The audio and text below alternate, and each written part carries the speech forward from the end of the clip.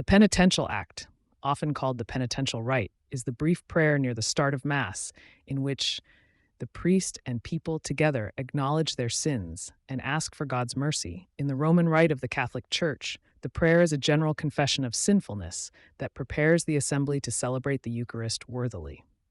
This prayer is a general confession of sinfulness at the start of Mass for venial sins, preparing believers for the Eucharist. Preparation for communion. The Penitential Act helps cleanse venial sins, but Catholics with mortal sins must confess before receiving communion. The Penitential Act follows the greeting. At the very beginning of the Mass, the faithful recall their sins and place their trust in God's abiding mercy. The Penitential Act includes the Kyrie eleison, a Greek phrase meaning "Lord, have mercy." This litany recalls God's merciful actions throughout history. What is the Catholic penitential prayer? I confess to Almighty God and to you, my brothers and sisters, that I have greatly sinned through my thoughts and in my words, in what I have done and in what I have failed to do.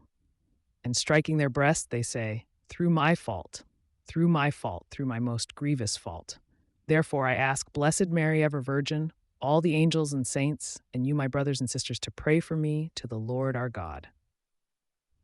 Finally, we are able to receive forgiveness of venial sins through the Penitential Act at Mass. That's because, as St. Thomas Aquinas teaches, any act of charity done for love of God removes venial sin.